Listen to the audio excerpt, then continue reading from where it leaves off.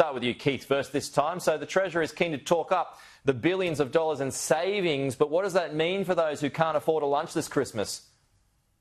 Well, I think the Treasurer lives in a different reality. Like I'm sure Julian does, I've been visiting many schools in their graduations, and parents are talking to each other and I talk to them, and the conversation about what they're going to do over the break usually ends like this. I think we'll stay at home. I don't think we'll do much this year because they're finding their budgets aren't stretching enough to have a holiday. So families have seen a collapse in living standards like we haven't seen in this country for decades.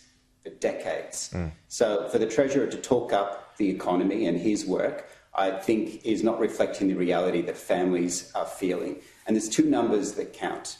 We have seen an explosion in government spending, an explosion in public sector jobs, and I'm sure Julian will lead with a scare campaign on this, of 26,000, but we've also seen a collapse of business insolvencies of 26,000. Yeah. So for every public sector job, there's a business that has closed down. That's the reality that Australians are living in. Yeah. So, Ston, still with the Treasurer, he's alluded to this, that you might have plans to cut Medicare. Keith, are you aware of any plans?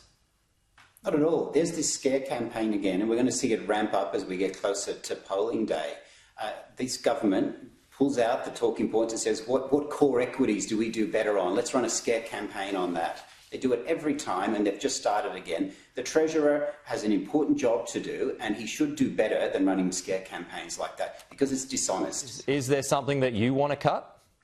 Well, here's the problem. We have a large, complex economy and a large, complex federal budget, but it is bloated.